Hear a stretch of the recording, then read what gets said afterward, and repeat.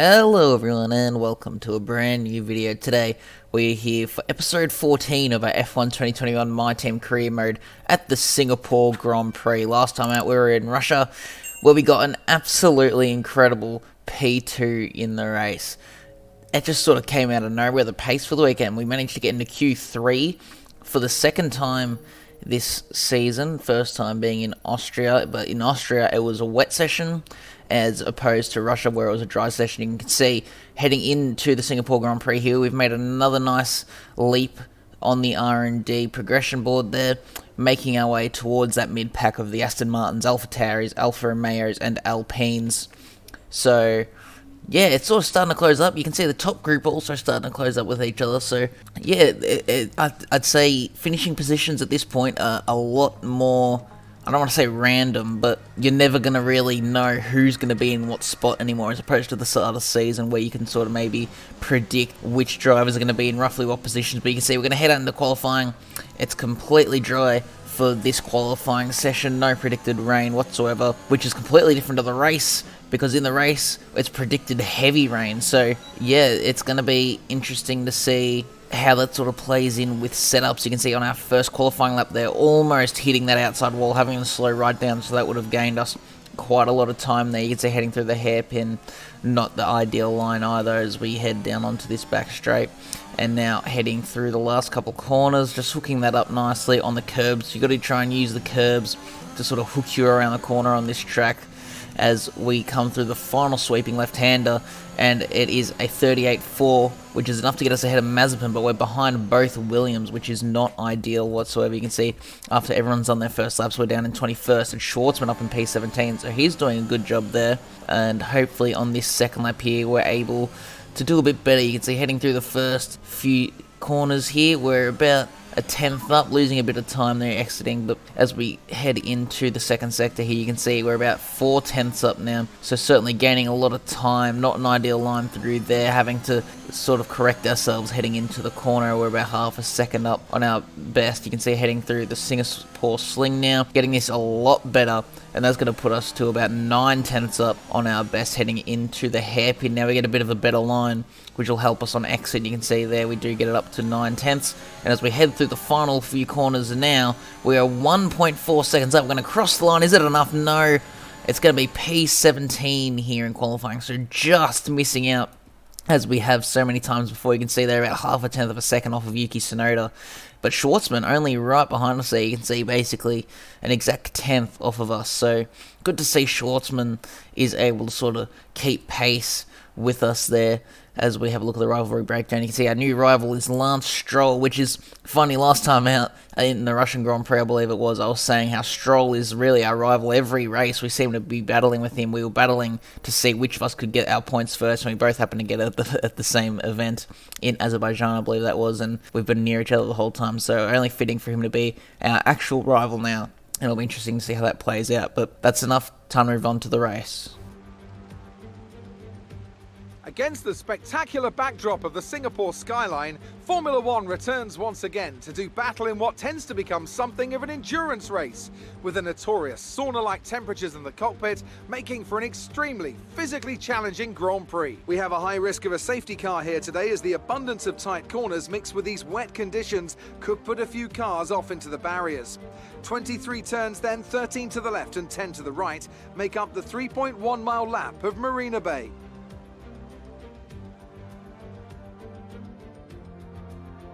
It's time to take a look at our starting grid for today's race. Lewis Hamilton lines up on pole position, with Charles Leclerc alongside. Looking at the rest of today's grid, we have Bottas, Sainz, Sergio Perez and Verstappen, Ricciardo, Norris, Gasly and Sebastian Vettel, Raikkonen, Stroll, Esteban Ocon and Giovinazzi, Benjamin, Schwartzman, Mick Schumacher and George Russell.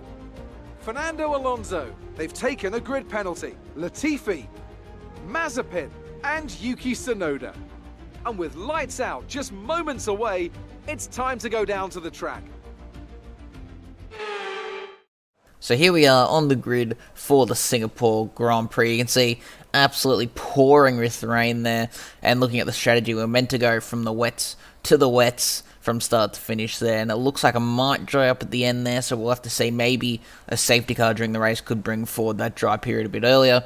We'll just have to see how this goes, but here we are sitting on the grid as the lights go up. Everyone's got the wet tyres on, so it's going to be an even start from everyone, and we are off and underway. And you can see we get a good start compared to Giovinazzi, and we're pretty equal compared to everyone else. You can see our rival Lance Stroll just up ahead, but we're actually 3 wide as we head into turn 1 here. You're just trying to hang around the outside. Giovinazzi forcing us slightly off track there, getting back on track before we now try and go around the outside of the Alpine of Esteban Ocon here, and he does sort of have to give way there as he's sort of sandwiched between ourselves and Stroll, and that is us up into P13 as we now try and find our way around the outside of Stroll, heading through turn 4, and we have a massive tank slapper as we head on to this sort of back straight section here, going through the kink. Let's still flat out, even though it's wet, but Ocon actually trying to come back at us here, and we actually just overdo it on the brakes, and we run wide. Luckily, we have this bit of runoff area here, otherwise we would have been off in a gravel or a wall or something, but we do hold on to P13 there. Luckily, we don't get in trouble from the FIA for that manoeuvre, and yeah, now we just have to try and work towards overtaking Stroll as we head into the hairpin here. You can see I wasn't quite expecting them to slow up as much as they did, and luckily able to sort of dive around the outside, and that actually gives us a better run than Stroll there. As you can see, he does pull back in behind us there, and that is ourselves up into P12. Schwartzman is in P16, which is where he started the race, so good to see he hasn't lost any positions, but it's a shame he wasn't quite able to make anything up in that sort of chaos at the start of the race there with everyone going 2-3 wide. But now we have our eyes set on Kimi Raikkonen for P11. You can see Sebastian Vettel just up ahead in P10, so that's what we're aiming for. The points are not too far away, but it's certainly not easy to be making moves in these wet weather conditions, as anything can happen really. You can see the spray sort of blocking view as well, making it harder to see exactly the sort of line the AI is planning on taking into the corner. But you can see right now, halfway through lap 3 here, we get a virtual safety car, and there wasn't any incident on track. There was no damage from anyone causing any debris. It was just a random virtual safety car out of nowhere, which is very interesting. It's a bit of a shame it wasn't a full safety car, didn't allow us to catch right up to Raikkonen, but you can see here on lap number 4, we're heading down the back section of this track as we head in towards the Singapore sling here, and we have lost a bit of a gap to Raikkonen, but it's another virtual safety car.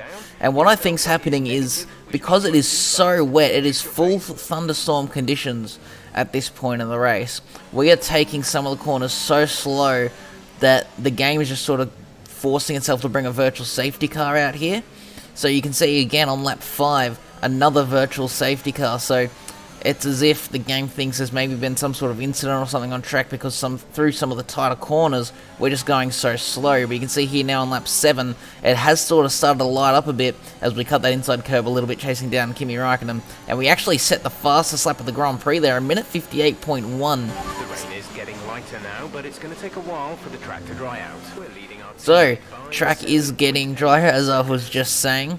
So, yeah, we could be going on to intermediates soon. It's definitely going a lot quicker than it was at the start of the race. And, yeah, hopefully we can sort of close in on Raikkonen before that pit stop phase, because that could end up being crucial in chasing down Sebastian Vettel. You can see he's pulled 3 seconds ahead of ourselves and Raikkonen at this point. So if we want points, we're going to have to clear the Alfa Romeo here and get searching after the 4-time world champion. You can see as we now head through turn 4, Raikkonen gets a bit of a loose rear end there, and we are right in the slipstream now. We've got plenty of ERS because you don't use much energy during the wet races here. As we head round the outside, there's actually a little bit of contact there with Raikkonen. We have to sort of open up the steering bit to make sure that we both make through the corner, but we do just about get ahead there, heading through turn 7, I believe that is, and that is us up into P11. Hopefully we can now chase down the second Aston Martin of this race, Sebastian Vettel, up ahead. You can see he's actually lost a massive gap to Gasly as well. But you can see here on lap 11, there are a bunch of cars in the pit lane there. And we are also going to dive into the pit lane here because the track has dried up enough now for intermediate tyres. So already going on a different race strategy to what we planned at the start of the race, as it is just drying up a lot more than what was expected. We were meant to be going wets, and we are already now on lap 11 going on to the intermediate tyres. You can see pretty much everyone on track is coming in for intermediates, as you might have heard there. Jeff telling us that Schwartzman also coming in on this lap for intermediate tyres. So track got very dry very quick. It's still raining at the moment, but just not as hard, and with 20 Formula 1 cars blasting around the track, it does tend to dry the track up a little bit. So now on the intermediate tyres, fresh intermediate tyres, hopefully we just sort of have the confidence now to chase down Vettel. You can see still 3 seconds to the German up ahead. So yeah, we're just going to have to get our head down at this point. You can see we've got 4.5 seconds back to Raikkonen there, so that's gone pretty well for us. You can see now on lap 14 we have closed right in on Sebastian Vettel, heading through the tunnel section now. It's a very interesting section of the track because the grip is so different due to the bridge being there. The track is completely dry. You can see heading through this final right-left chicane. Vettel getting a little bit loose there, actually, as we now head through the left-hander, so maybe Vettel's starting to get a bit nervous. Then we think it's going to dry up. And Jeff there telling us only 10 minutes left of the rain before it starts to get dry, so maybe the weather wasn't as accurate as I was thinking. The dry period may come earlier, and we may have a proper dry stint to finish off this race, which would certainly be interesting to see what the sort of pace difference is between everyone on a dry setup and a wet setup. You can see now heading on to lap 15 through the final corner, Yuki Tsunoda out of the race. He was right at the back of the field, and that's actually going to cause a safety car. So I was saying a safety car may be able to bring the dry period forward, and if it's meant to come earlier than what was expected to begin with, then we could be going a good half of this race on dry tyres. You can see there's Yuki Tsunoda. It looks like some sort of mechanical failure. He pulls over to the side and actually hits the wall there, so I don't imagine the AlphaTauri team would be very happy with that unnecessary damage. But yeah, lap 16 now, so we're at the halfway point of the race. We're going to check our radio. You're doing well out there, keep it up. We're looking at about 10 more minutes of rain. 10 minutes. Inters seem like the fastest tyre for now. So there, Jeff confirming 10 minutes left until the dry period. It is still intermediate conditions at the moment, so no need to get too excited, but you can see here on lap 17 it has dried up a significant amount here, so we're going to risk it to get inside the points here. We're going to go onto a set of medium tyres. We are the first car into the pit lane to try this strategy, but interestingly enough, if you look behind us there, you may have seen that Raikkonen also in the pits, and every single car that is behind us on track is coming in for a dry set of tyres on lap 17 here. So we're the first one to make the call.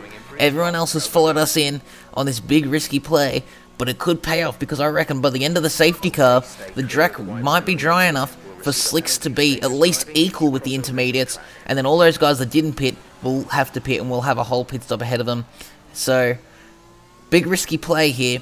Hopefully we're able to now chase down the safety car. There's actually a fair amount of grip on track. I was expecting to be sliding around all these corners, but it was actually pretty nice to drive. You can see we get a bit of a tank slapper there as we're still on cold tyres on a damp track, but as the tyres heat up, we'll hopefully be able to stick a bit better. You can see as we get to the end of lap 18, we have caught the pack, and to my surprise here, about half of the guys in front of us are actually coming in. Now that we've all caught up, now they're going to come into the pit lane. They think it's worth doing that now, and that puts us up into P5, but we're going to have a look at the guys that just came in. You can see Hamilton on the medium tyres. Charles Leclerc also in there. He's going to get on the mediums. Here's Pierre Gasly. He's in the pit lane. He's running with the front guys. There's a Ferrari. Gasly now swapping tyres. Ricciardo also in the pit lane. And even more of a surprise on lap 19, the safety car's coming in this lap. The guys that didn't pit are now pitting to get on the medium tyres, and this has somehow put us in the lead of the race out of nowhere. From lap 17, we took the gamble to go onto the medium tyres under safety car, and all those guys in front of us didn't do it, and now they decided that it is time for a dry tyre.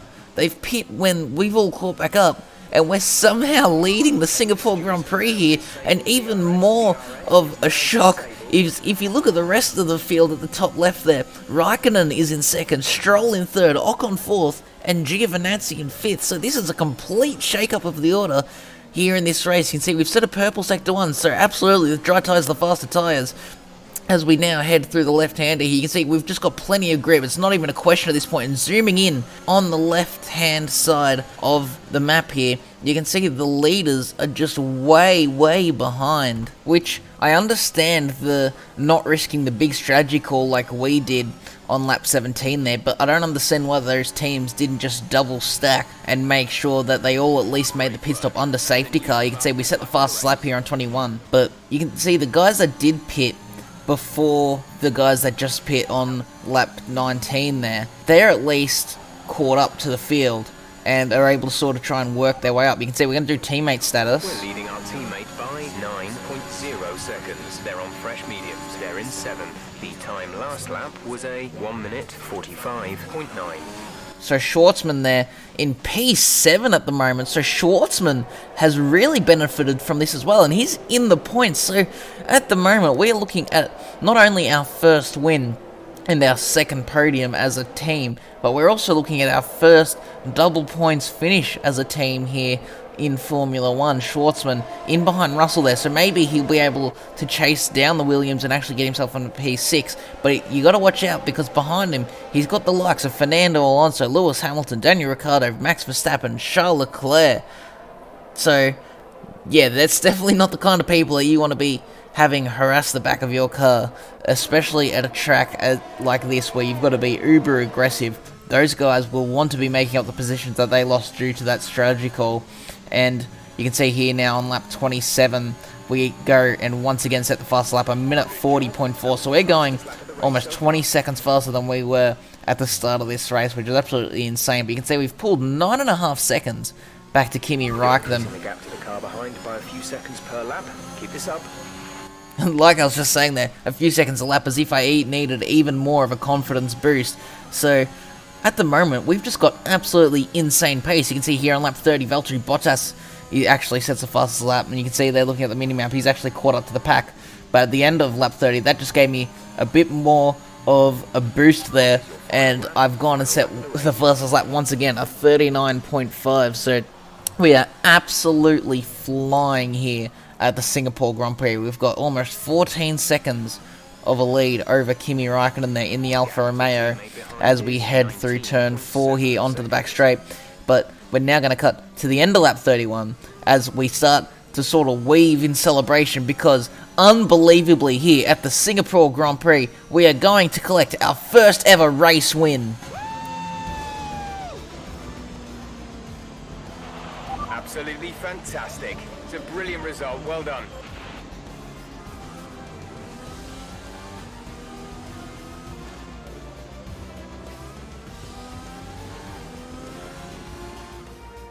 A nearly flawless performance here then, and a commanding victory. What do you think it was, Ant, that gave them the edge over the competition today? Without a doubt, the safety car changed everything today. The key to their success was keeping calm and reacting to the situation quickly. We've seen teams in the past throw away wins because they were too hesitant, but here they were decisive, and that's allowed them to take the advantage.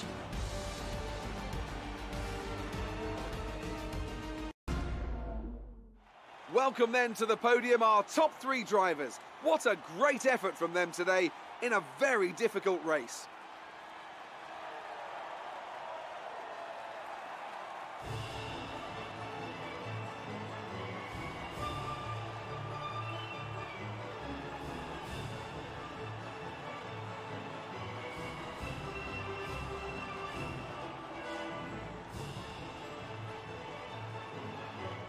So here we are with the race results of the Singapore Grand Prix. I still can't quite believe that we won that race. I could sit on this screen forever. Look at that guy on the left there, the winner of the race. There we are on the right hand side having a look at the leaderboard.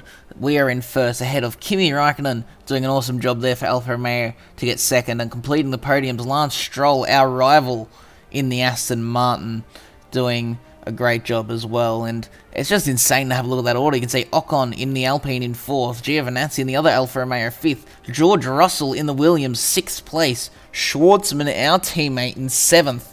So yeah, a really shaken up order there. And then you've got the usual suspects of Alonso, Hamilton, Ricciardo, Verstappen, Leclerc, Gasly, Vettel, all right down at the bottom of the points or out of the points completely. So, yeah, this has been a very, very different round to what you normally see. You can see, having a look at the driver's standings, we're in 8th. Schwartzman jumps himself up into 19th place there, now sitting on 6 points. Still behind George Russell, though, as Russell gets 8 points. So, yeah, it's been a very interesting season so far. I wasn't really expecting to be making these sort of results in Season 1, but I'll absolutely take it. You can see Schwartzman ahead of only 3 drivers in Formula 1 that haven't scored points in this season. Of course, that's not including Matsushita, but having a look at the constructors, we've now boosted ourselves up into 5th, which is even more insane, in my opinion, that we are somehow ahead of the likes of the Aston Martin and the Alpine and AlphaTauri. Remember, at the start of the season, I was saying a few points would secure us 9th place at least. And now Alfa Romeo have gone and got themselves 29 points as it is. And we are right up on 85 points, just a few points ahead of Aston Martin. Schwartzman getting those points is actually what we needed to be ahead of Aston Martin. Otherwise, we would have been down in 6th place still. But, yeah, it's to be in 5th in Season 1 is absolutely incredible there. You can see we've got a massive gap to the Ferrari in 4th place there. So I very much doubt we'll be able to get that unless something catastrophic happens to the Scuderia there. But having a look at the rivalry breakdown, we pull a point ahead of Lance Stroll there. Of course, he did a very good race as well. So that sort of helped even out the rivalry, I'd say. But having a look at acclaim levels, we're at level 9. Schwartzman finally moves up to level 7 there, and we are about halfway through 13. You can see we get 500k in the bank for completing both of those sponsor objectives, and only 5k damage there for Schwartzman, so maybe he had a little bit of a chipped front wing, and that's why he wasn't able to pass Russell. That would explain why he was sort of stuck in that pack. But 2.2 million in the bank, certainly not bad at all, as we get an engine upgrade then you may have seen just sneak through there, a cylinder head upgrade, as we now are back in the HQ, and time to pick an activity. Of course, we do all our admin work at the end of the episode, if you didn't remember, and not the best choices we had there, so we're going to go with simulator training, get Schwartzman that little bit of extra experience and boost his focus. Focus is an important stat in this year's game. It sort of determines how much of their statistics and abilities they actually get to use. You can see we're actually going to go even further there with Schwartzman and purchase $1 million upgrade in the personnel department there, the analysis suite, to help boost his experience even more, and just having a little scroll through all the other factories to see what we can do. Everything's at spec 1 at the moment, so it's sort of out of our price range to do anything, so we're going to go to durability, which is still spec 0, and we're going to upgrade the quality control here for another $1 million, and that'll help make sure that any durability upgrades we do have less chance of failing and wasting more time and resource points. And now we're at 284k, not really much to upgrade anything, so we're going to have a look at just our driver perks at the moment, and we are going to go with the social media team upgrade there to just give that extra 10% boost to our driver acclaim, which will, of course, has a direct effect on the team acclaim after every session that we do as well. So that is most of the stuff done there. We're going to have a look at our R&D department though, because we have 766 resource points. So you can see, having a look at aero, because that is where we are weakest, we did have enough points there to afford a rear downforce upgrade. It's just unfortunate we didn't have a high enough facility to purchase it, as we have already too many upgrades going in that department. So we are going to go in and purchase an engine upgrade there instead, as I feel like having a good engine is super important, probably one of the most important things you can actually have in the game. But you can see, here we are now, all done, and the next thing to do is move forward to the Japanese Grand Prix, which we will do in the next episode. So if you did enjoy, guys, make sure to leave a like and subscribe to see more content like this, and I will see you all next time. Goodbye.